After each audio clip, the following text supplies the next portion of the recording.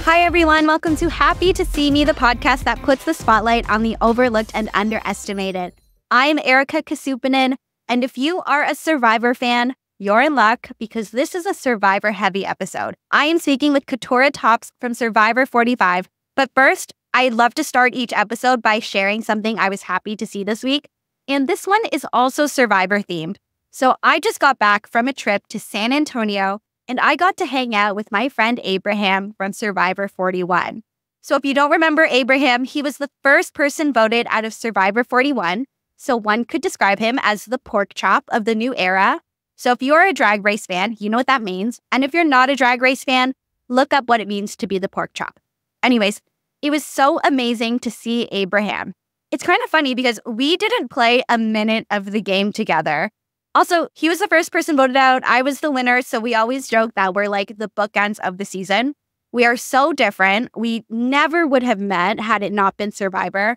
But truly, we have just such a trusted and awesome friendship. And it was amazing to see him after so many months, and it just felt like no time had passed. So I feel so fortunate that this wild experience has left me even so bonded to somebody I never even played the game with. So what I was happy to see this week was seeing this connection and this friendship that I still have from my time on Survivor, which was now, 3 years ago? Abraham is a co-host on the Survivor Now podcast. So if you are looking for Survivor game analysis, make sure you check out Survivor Now and support Abraham. All right. On to this week's episode. I am so happy to be speaking with Katurah Topps from Survivor 45. Katurah shares more about what it was like growing up in a cult, and she talks about the experience of sharing this very personal story to her in front of millions of people on Survivor. Plus, we talk about the realities of playing Survivor when you are underestimated. There is so much Survivor goodness in this episode. There's a lot of inspirational content. If you are someone who is used to being underestimated, used to having to make yourself palatable but still respected enough, whether it's in the workplace or beyond. So if you know somebody who is a Survivor fan or who is always underestimated, I highly recommend you share this episode with them. But I had a blast speaking with Katurah, so let's just get into it. Here is my interview with Katurah Topps. I hope you enjoy it.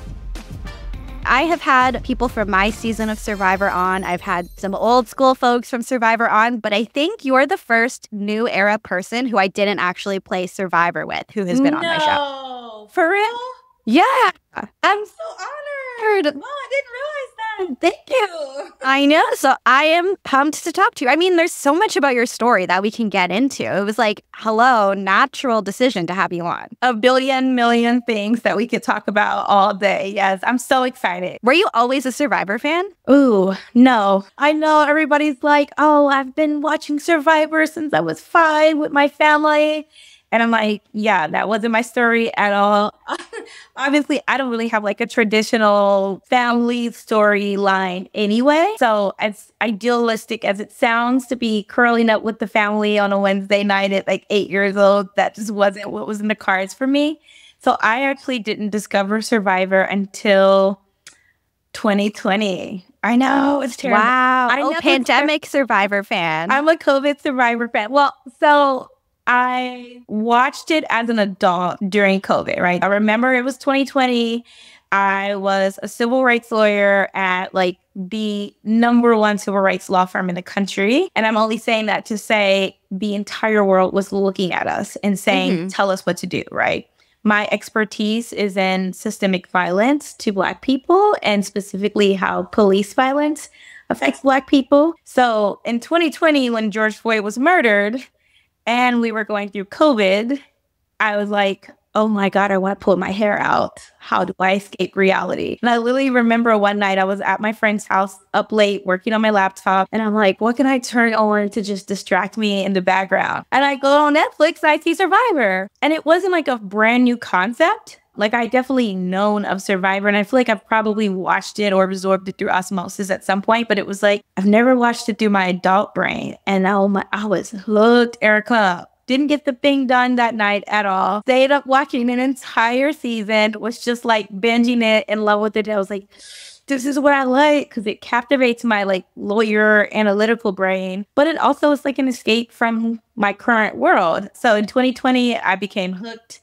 And yeah, by 2023, I was on the show. Wow. Crazy. So then your escape from the stress of being a lawyer during this time was like, let's go play this game where we vote each other out, where we are all mentally, physically, and emotionally exhausted. So, okay, that's how we can understand the frame of mind you were in during the early 2020s. Understand what kind of person I am. That's what I gravitated toward. And I'm not even going to lie, even deciding to play Survivor when I applied, it's almost as if the same situation when I first discovered it in 2020. I was at that same job, that same law firm, extremely overworked and so stressed out. And I was like, I need to spruce my life up. What am I doing? I'm literally at my dream job. This job was the reason I went to law school. So I was like, I'm at my dream job. I'm in my dream city. I live in New York City and I'm not happy.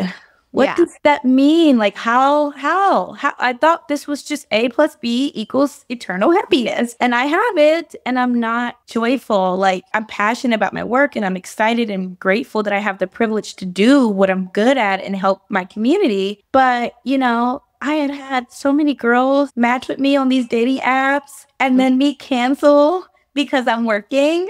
Or I remember going on a date and this girl, I have to be like, I'm sorry, like I'm going to be running an hour late. Okay, actually, can I do this? And she was like, are you enjoying this life? And I was like, I think I am. So a bunch of that. And then I was like, I had a birthday, quintessential Virgo. And a week after my birthday, I was like, what are you doing for yourself? If you're really this bothered and you're really not happy, how are you changing it?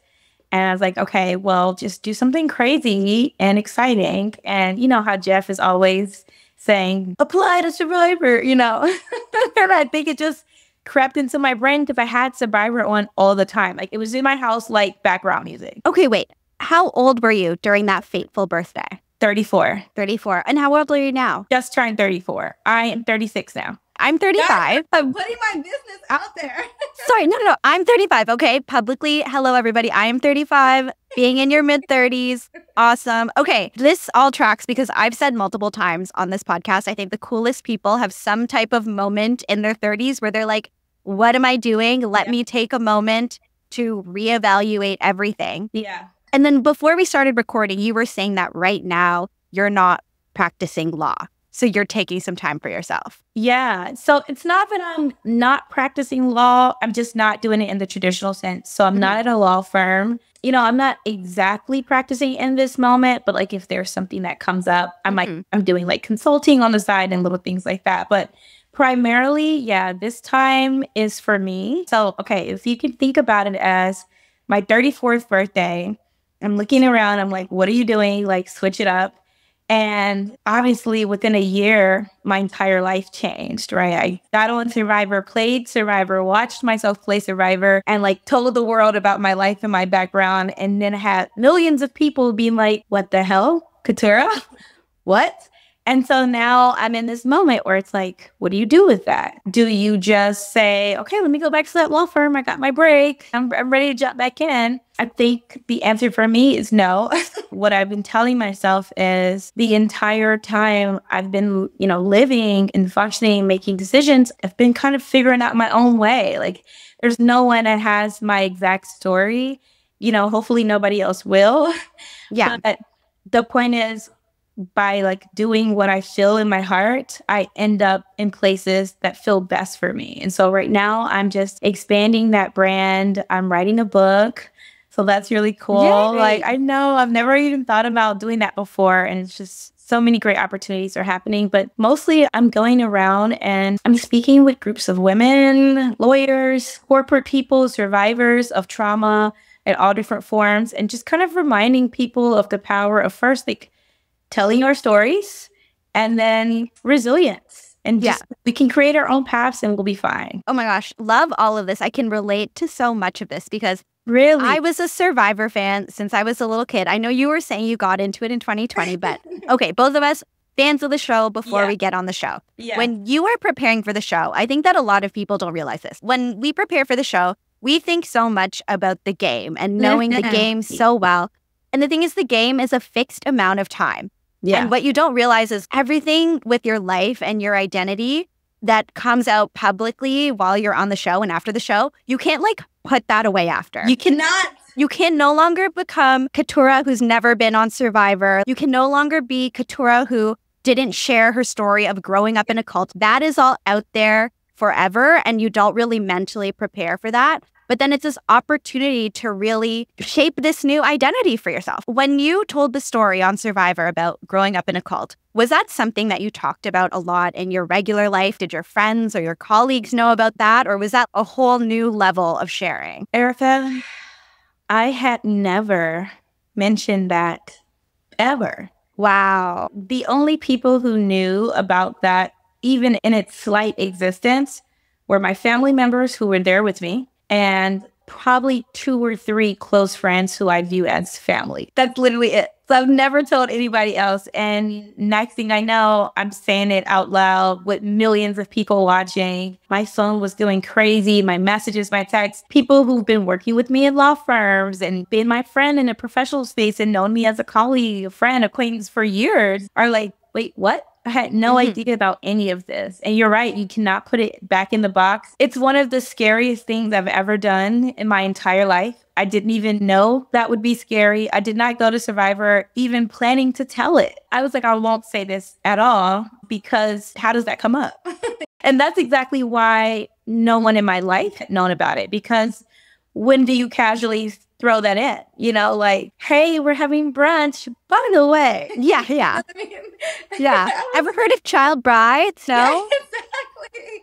Oh, you're about to get married? I know what that's like. Like, you know what I mean? Like, there's no way to casually throw it in. It's such a big thing. I remember before going to college, just leaving the cult in high school and trying to figure out what the new world that I was in was like. And I was like, okay, you have to fight. I was literally in survival mode. And that's why I thought going on Survivor would be easy, because I was like, been in survival mode since I was like 6. I remember being a young girl and looking around and just being like, I refuse to be stuck or trapped or, you know, burdened. I don't want to recreate that feeling of being stressed with kids I can't take care of and in an environment I don't love. And so it was just like, go, go, go, run for the hills. The only way to not become a statistic is just run as fast as you can towards success and like, don't look back. So it wasn't even like I was keeping it from people or like hiding it. It was like, it wasn't even in my mind. Do you think there are some parallels between how right now identity shift, where now this part of your past is public, you being on Survivor is now part of your public story, and then also when you left the cult and you had to reintegrate into the world and again take on this new identity? Do you think that that experience you had as a kid helped you with the experience you're having now? Absolutely. I think I've been constantly, like, I almost imagine it like a video game, which is kind of weird because I don't play video games. And I've been trying to learn. I literally was talking to Jake and I was like, you're younger than me. Please teach me about video games. I want to learn them. But I'm imagining a game-like situation where you're just kind of immersed in a new world. Like the world around you changes. And like maybe you're in a dungeon now and maybe you're in a field. For me, it's like, boom, okay, we're in a cult and this is the life that we're supposed to live and these are the rules and this is how you do it. Okay, adapt and do it here. Boom. Now we're in college. Here's what we do, you know, and I've been doing that, like, boom, situations are changing. You need to adapt and figure out how to be successful in it, even if it's not a situation where you're accepted or, you know, treated properly. And I kind of feel like that's every situation I've been in. Like, I don't have anyone that I've been like, this one is really easy to get through and really comfortable. And so, yeah, I think being on Survivor, I was kind of like, whatever they could throw at me, I got it. You know, Yeah. Now even quitting my job and being like, I'm in my 30s and for the first time in my life, I don't have a clear go to this job. Here are your instructions when you get there. You know, I'm making a path for myself. I'm just telling myself, well, you've done it 1,000 times. You've relied on yourself and figured it out. Bet on yourself now and you'll do it again. Oh my gosh, that's amazing. And that's the thing. You realize that when there's so much stuff that is uncertain and there's so much stuff that's changing, the consistent point is yourself. You. And being able to take care of yourself. Mm-hmm. Now, on Survivor, I know you shared a little bit about your story of growing up in a cult. Would you be open to share a bit more about how your family got into this and then eventually how you ended up escaping? Yeah, it's interesting because now that I'm writing this book, it's in the forefront of my mind. And the book is about your story and growing up? It's basically a memoir, and it's literally starting from being in the cult, like, well, I would say maybe a few years before, and then all the way through till Survivor, which oddly enough, I'm quite young. I don't want to still call myself young, but it feels like I've lived 17 lifetimes in that whole process. Because of that, so much about the cult is front of mind.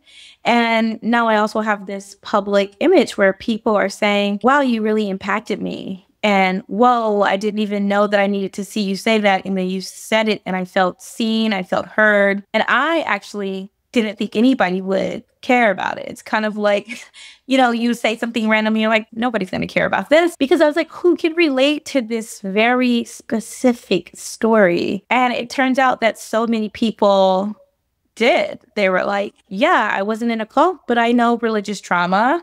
I know religious extremism. I know what it's like to not have the perfect relationship with your family members or your parents. Just so many themes in my story are very present for a lot of people. And so I want to continue that. I think it's important to keep telling it. So now I'm telling it, right? And I'm talking about it a lot. But like, Erika, I have not been talking about this for 20 years. Wow. And now I'm talking about it like every other conversation. Yeah. So very interesting. And then you add on top of that, I'm writing the book. So I'm thinking and going back and remembering it. So it's a very interesting time to be in Katurah's brain. And so when you talk about like how we got in it, what made me think of is I have a lot of people come up to me and they're just like, are you just so angry that you got in it, that your family pulled you in it? Like, what happened? And I'm like, I was a kid. So I don't have a lot of the details. I wasn't making the decisions for the adults who decided this is what we'll join. And obviously they didn't know it as a cult. They're thinking this is a religion. The same thing everybody thinks about their religion. This is the right way. This is the God. This is the path. And I'm going to join it. And so your kids just naturally get pulled in too. But what I do remember is the escape. And I go into this a lot in the book. So I'm really excited for it to come out. But the biggest thing I would say is I didn't want to go. I didn't want to leave. Wow. I mean, I know people hear it and they're like, you were in a cult. You were taken out of school in elementary school. I was told you'll never step foot in a school ever again at 10 years old, that your body is meant to just bear children. You're not meant to learn. And it seems really extreme and harsh. And then after that, spending multiple years doing manual labor and then eventually having to be told you're going to marry the leader. But when you're in a situation for years and years, it doesn't matter how bad or wrong it is, you accept it. This is my norm. You know what I mean? And especially when you are a child. And so that's like another big theme that I'm learning as I'm talking about this story more. It's really common for humans to get stuck in something, to just be like, they say if you're in a room with crap, after a while, you won't smell it. You know what I mean? And it's true. Like you get immersed in it. And so when I think about that, I'm like, I always have to take time and highlight the fact that as a 13, 14-year-old girl, I was not thinking, this is a terrible place, let me leave. I was thinking, this is my norm and this is what I'm supposed to do. This is the life I'm supposed to have. This is how I serve my Lord, whatever the language is. And it was my mother who took us out. And, I'm always grateful for the strength that she had, because I can't imagine being a young mother, vulnerable, single mom, vulnerable enough to be able to join a cult, right? And stay for years, even though your children are going through all of this, and then kind of flip that switch and say, we got to go. And, that's really what my mom did. She realized how close I was to getting married to the cult leader. Wow. I mean, I'm telling you, we were like less than a few weeks away from the wedding. She kind of got hit with reality. One day we were talking and I was like, oh yeah, and this and that happened and blah, blah, blah. And then he kissed me and she was like, he kisses you? And I was like, well, yeah. I mean, isn't that regular? And she kind of like, I almost can see the flip of the switch going from follower of this religion, believer, person who was trying to find something to connect to a mother trying to protect her child and being like, whoa, I didn't even realize this was that big. And we left within a matter of days. Wow. Yeah. It's so wild, one, that you survived that. But then also the story that you kept contained in yourself for so long. You then shared so widely with so many people, right? I know. Like, who does that? It's like, who does that? But I was on that show too, and I understand how stuff like that happens. It is like the most intense thing ever. I always tell people, if you are thinking of going on Survivor, know that you will experience, at least in my experience, every single human emotion there is to the 10th degree. You will be deeply sad. You'll be deeply happy. You'll be deeply scared. You'll be deeply anxious. Every emotion you can feel, you'll feel it, and you'll feel it intensely. Do you feel that right? Definitely. It's so funny, like, when I see people, you know, the haters, not all the fans are haters, but we know that there are fans that are haters that are like, this new era, everybody is all about the sob story. And I know that the true fans are not complaining about the sob stories, okay? I know the true fans understand this is part of character development. But the people who complain about the sob story, and then they're like, oh, people are just telling their story for sympathy or to make themselves seem so brave. That is not the case. I am positive that sharing that did not just make you feel all of this pride. It probably made you feel a whole concoction of emotions. Oh, I felt no pride. I felt terrified, really. I felt like people who survived a lot of trauma, humans are just so resilient. There's just no way around it. Like, a human being is going to find a way to survive, no matter what. And best case scenario, we're in a cushy first world country and like, you got to figure out, are you going to DoorDash today or not? But worst case scenario, people are going through real things. People's lives are in danger and they are still managing to survive. And I feel like your body and your brain just figures out a way. And so for me, I think a lot of my survival through all of these crazy moments in my life has been a little bit of compartmentalizing. We're not going to worry about that today. Put it in that box. And right now, how do I eat? Right now, how do I get through this law school class? Right now, how do I leave this cult and figure out how to do the next step of life, right? I've been so good at doing that. And I think the same thing happened with survivors, just compartmentalizing everything. Right before I told my story, I didn't think that it would be, Erika, I thought I could casually sit down in front of a producer, be like, hey, I'm this really complex human being with 1,000 things that I'm holding in my heart. And maybe if I take one of the smallest things and get it out, that's one less weight on my heart. And I can just keep living life. And that's genuinely what it was. This is like a little part that's just one less burden for Katurah to hold. The moment was, it's crazy. It's literally how I start the book opening. I was so naive to think that I could just sit there casually. I hate to say this, but Survivor affects so much of your life while you're out there. It's such a big part of your life. I had been just preparing for the game. I had been preparing for challenges. How fast can you run? How much weight can you lift? Can you swim? Can you dive? I had been thinking about that and not thinking about the emotional toll of everything, including what it feels like when you're all alone on an island, starving, and no one around you is your person. You know, you have no safe space. And for me, I had, unfortunately, a cast member who was just so hostile to me and so aggressively, you know, just disrespectful. And, you know, I remember thinking, I can take it, I can take it, I can take it. But I knew not only am I taking it, I'm also not getting the benefit of, like, in the real world, when someone is disrespecting me or talks down to me or treats me nasty, I get to take action, right? I get to say something, I get to stand up, or I get to go to others and say, like, that was wrong. And they would be like, yeah, that was wrong too, you know, and you would have support. But I had no support. You know, none of my tribe mates, for whatever reason, were wanting to say anything about it or stand up to this person. So it's just like, I think what happened is I was holding so many emotions in from experiencing that, plus the game, plus your own life triggers that come up while you're in the game. And it was day 20. Yeah, because he left on day 19. And so first thing in the morning, day 20, producers are grabbing me and they're like, how do you feel?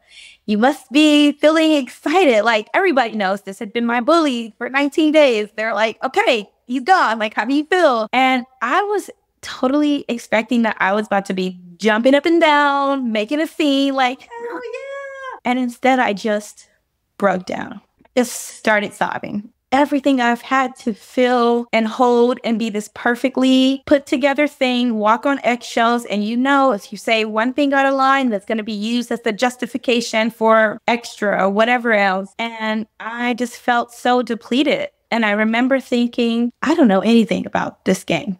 I don't know anything about what's happening. I don't know anything about how to feel, because I did not see this coming at all. What I don't want is me to leave the game and I never had a chance to tell my story. And my story is now about how much hurt and pain I had to endure from this other person. And I just felt I need to release. That's genuinely how it happened, which is like great, because I'm so grateful that I was able to get it out. But then also like, damn, like you're forever connected to people who have harmed you. And that feels kind of like my cult story, right? Like I'll always be a girl who was engaged to my cult leader, who I would view as one of the worst people in the world, but like, we'll always be connected. You know what I mean? That will never not be a thing for me. This is kind of how it feels in Survivor. Like, I'll always be connected to that. But I think the ultimate message is you don't get the power. I craft my own story, my own pathway, and I'll turn it into something beautiful that helps other people.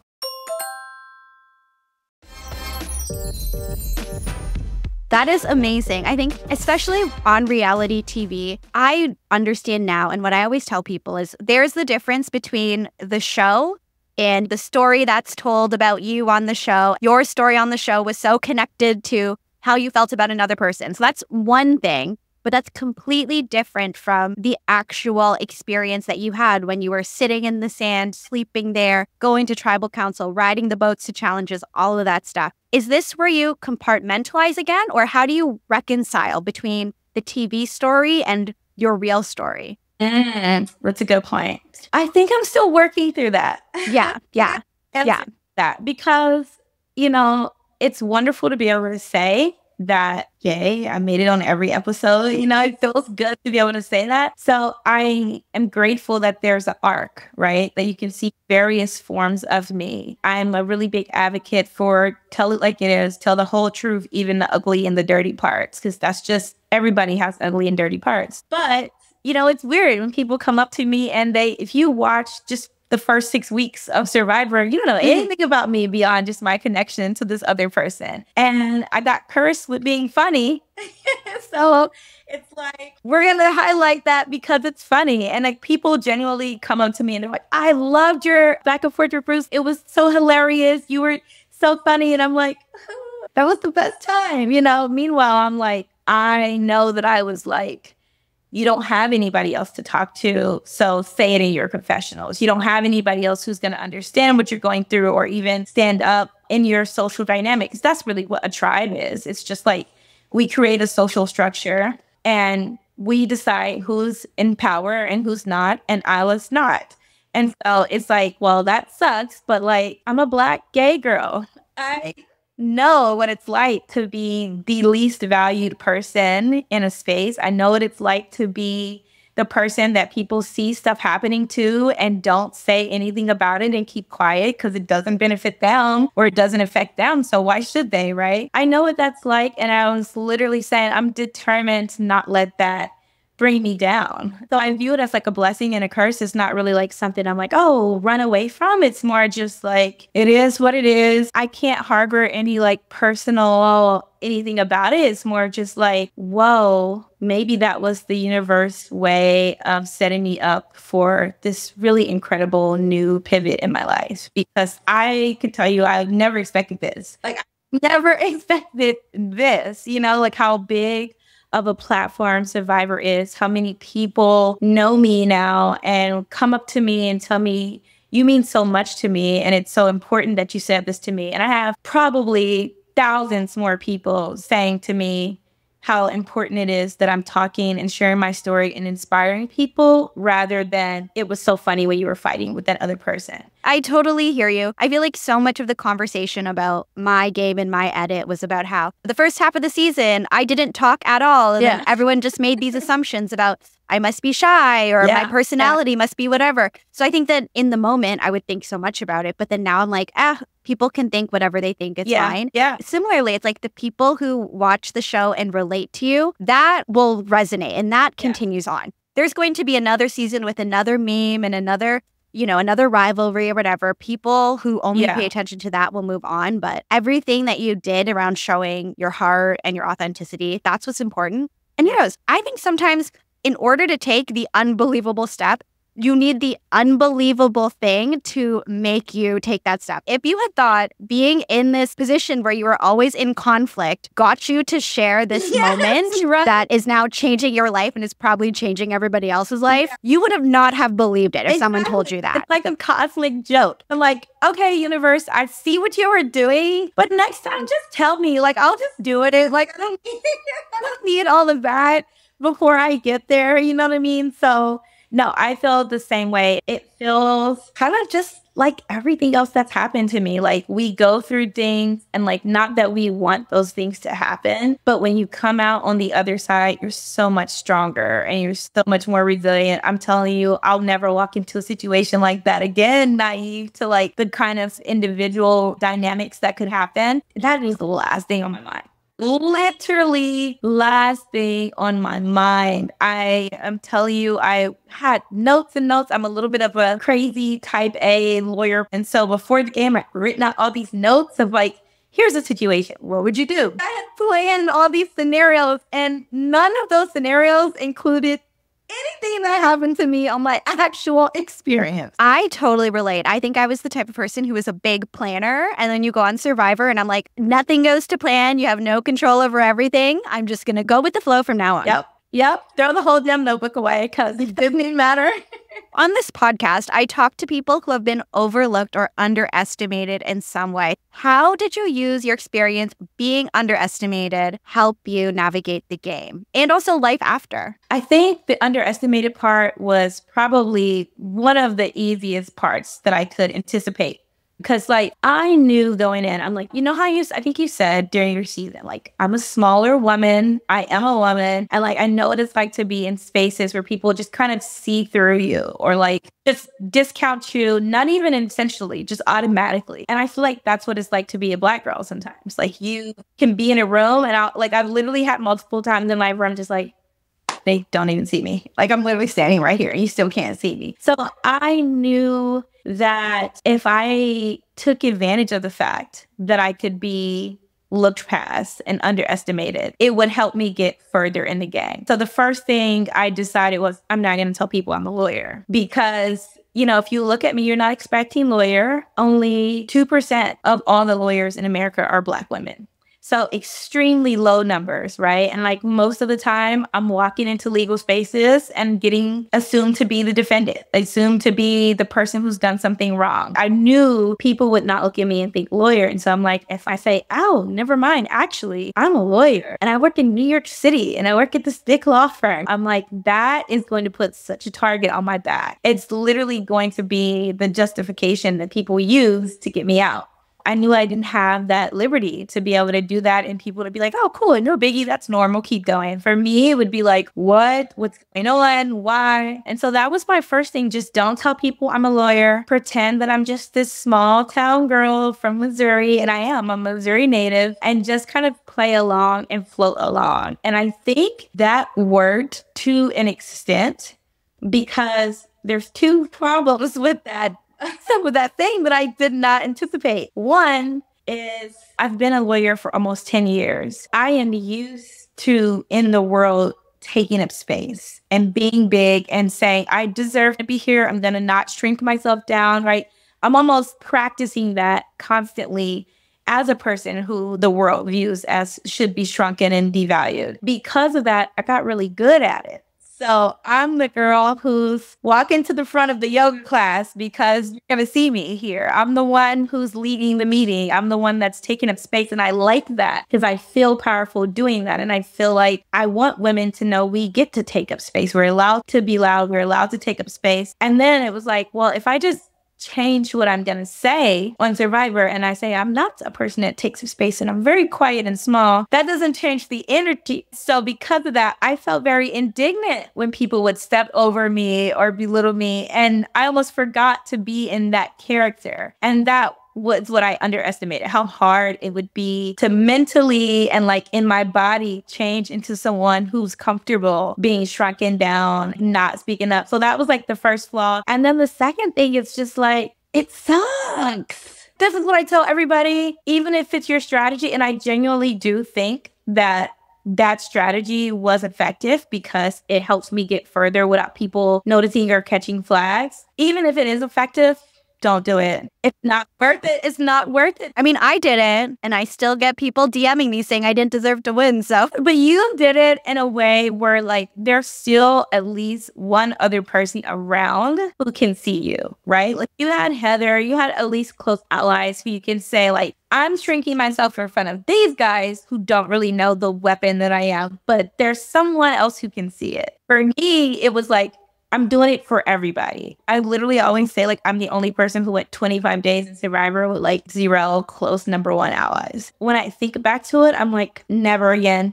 Never again. Because on one hand, it does feel like unless you win the prize, like if I would have won, maybe my story would be different. I'd be telling people different things. But for me, it was like, man, I struck myself and I belittled myself and I allowed these people to also shrink me and view me low. And for what? Now I have this time. And while I was going through my lowest moments, because Survivor's just hard anyway, I also essentially gave these people permission to treat me lower than I actually am. And I'm like, no one's ever going to get that from me ever again.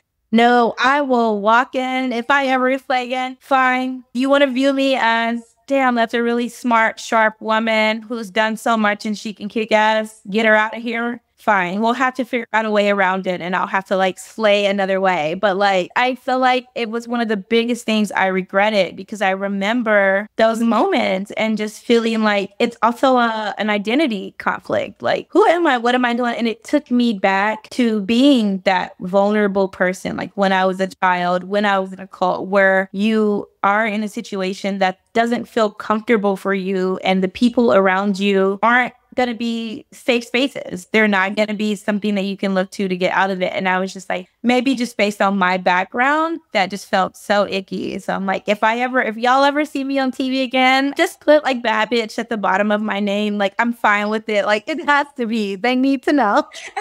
Oh my God, I hear you 100%. And I'm sure so many people who listen to this podcast understand exactly what that's like, where when you are an identity that is not quote unquote the norm, you know how to make yourself palatable to other people. But then the problem is when you are palatable, you're not always the most respected by other people. So it is like a very dangerous way to play because it's like you have to strike that perfect balance between being likable enough, but then still respected. And everything has to happen with such precision to get there. And you played like that and you got so far. And I think that it's so hard to play like that. So congratulations. And I think that also speaks to how it is harder for certain people to play. Oh, for sure. Because of those expectations. For sure. I love that you said palatable. That is the perfect word. As a person in this body and this identity, like I already know I could do gymnastics. I could win the Olympics of how to be palatable, right? Like you don't get to law schools unless you're palatable. You don't get to go to the top spaces unless you're palatable, unless the people there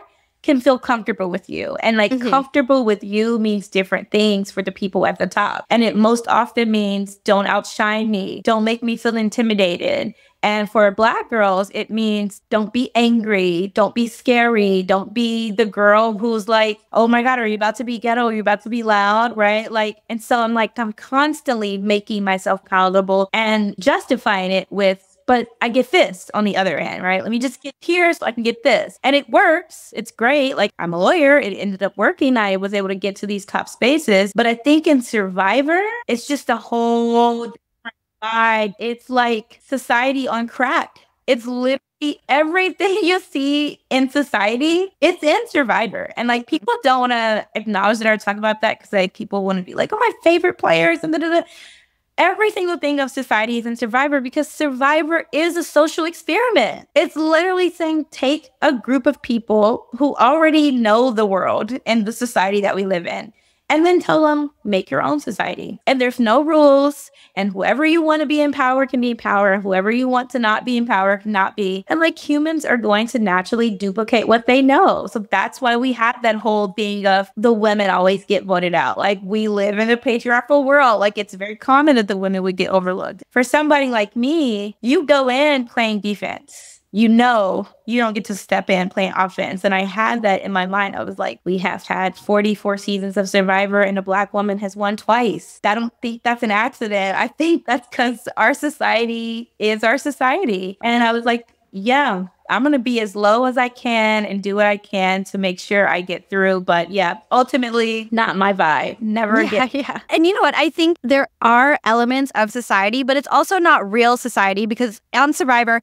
everybody is at risk of being eliminated. Everybody there is not behaving in the way that they would because they're all at risk of being eliminated. Yeah. You probably in real life could have removed yourself from certain situations, but you can't do that because you would get eliminated. Exactly. You would have probably had more people being your allies and potentially standing up for you, but then also they don't want to be eliminated. So it's like, it's society on crack, but it's also a society where everybody's scared. And the stakes are higher than ever because the pride's $1 million. That's why I'm like, I can't fault anybody for how they play. I just have to take the truth of what it means for me to play and how I play and what that means and adjust it to my own life. If we didn't have $1 million on the line, would things may have gone differently? Probably, right? But there's $1 million on the line. Everybody's going to act differently. And then you add people are stressed and starving and missing their family and missing their loved ones and trying to figure out their own journey to the end. So yeah, it's crazy. So I want to bring this to real life because I know so many people listening to this podcast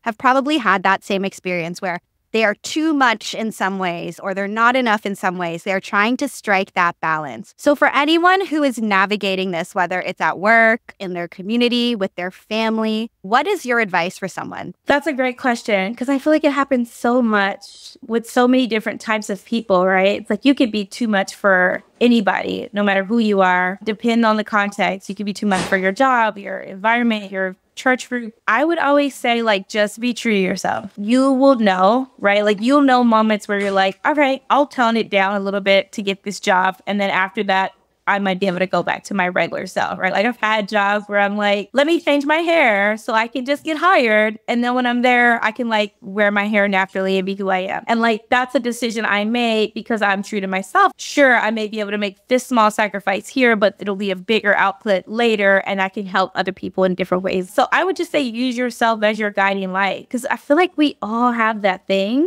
where your voice inside of you is telling you like, do this. Don't do this. I'm willing to make this concession, but I'm not willing to make that one. If you have that inside your head being like, nah, but this one's too far. This is shrinking me. This is compromising who I am.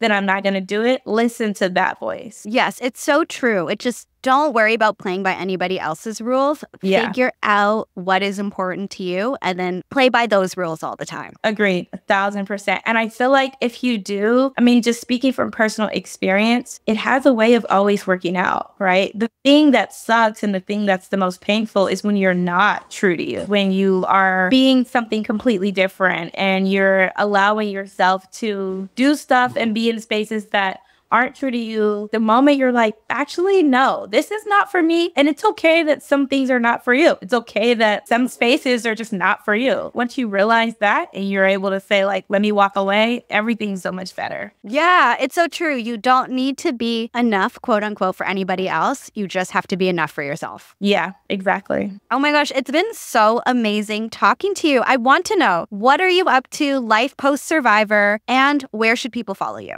Oh, Erika, I mean, first of all, it's just been so good talking to you.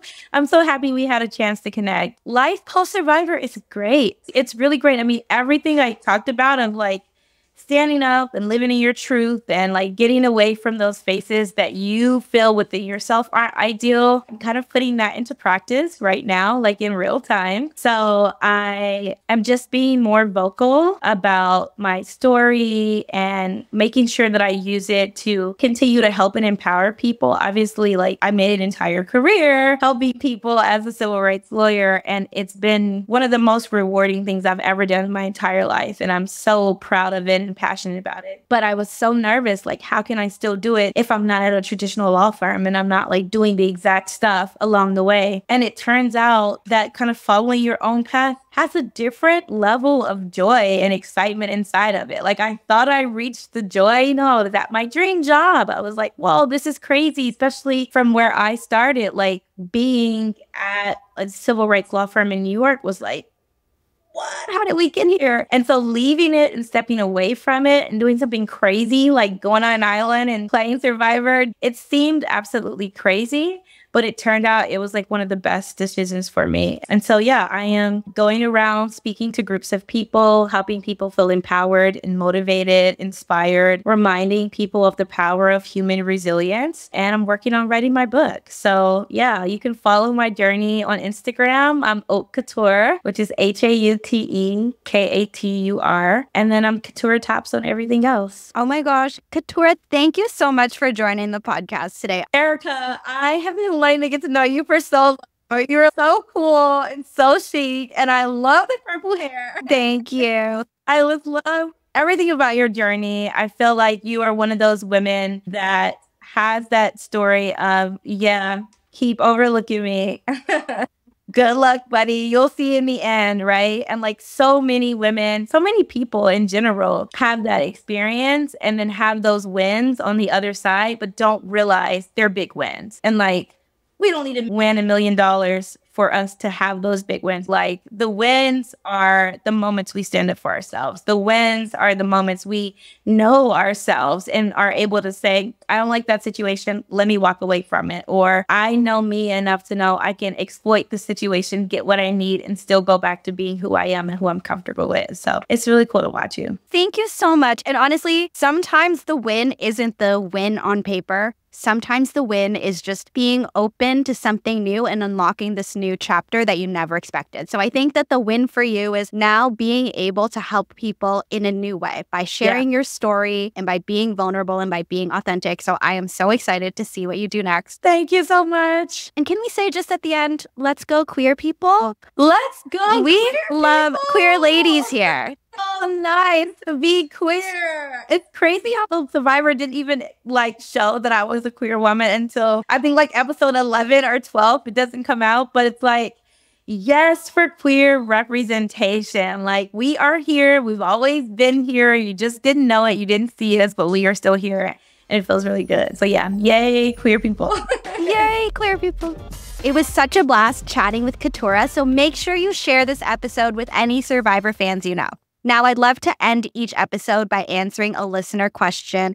And I figure if I've talked about Survivor this whole episode, why stop there? So the listener question is it weird watching Survivor now? Ooh, honestly, a little bit. And here's what I'll say. I don't think that it's weird. And it's not like watching it all of a sudden I'm traumatized. But the best way to describe it, this was actually a conversation I was having with Evie from my season. Love Evie, forever, will love them. And they were saying that watching Survivor, it's like you're activated when watching it. And for me, that totally makes sense. Because before I was on the show, I was like super fan, watched every season. And for me, Survivor was like this escape. I would be able to sit on the couch, lean back, watch the show, and escape into this world. But now when I watch it, I'm like, okay, that's a beach I lived on. Oh, I ran a similar challenge to that. Oh my gosh, I remember how I felt at this point in the game. And then the wheels start turning and it no longer becomes this watch where I can escape and lean back. I'm like leaned in and I'm active and I'm thinking.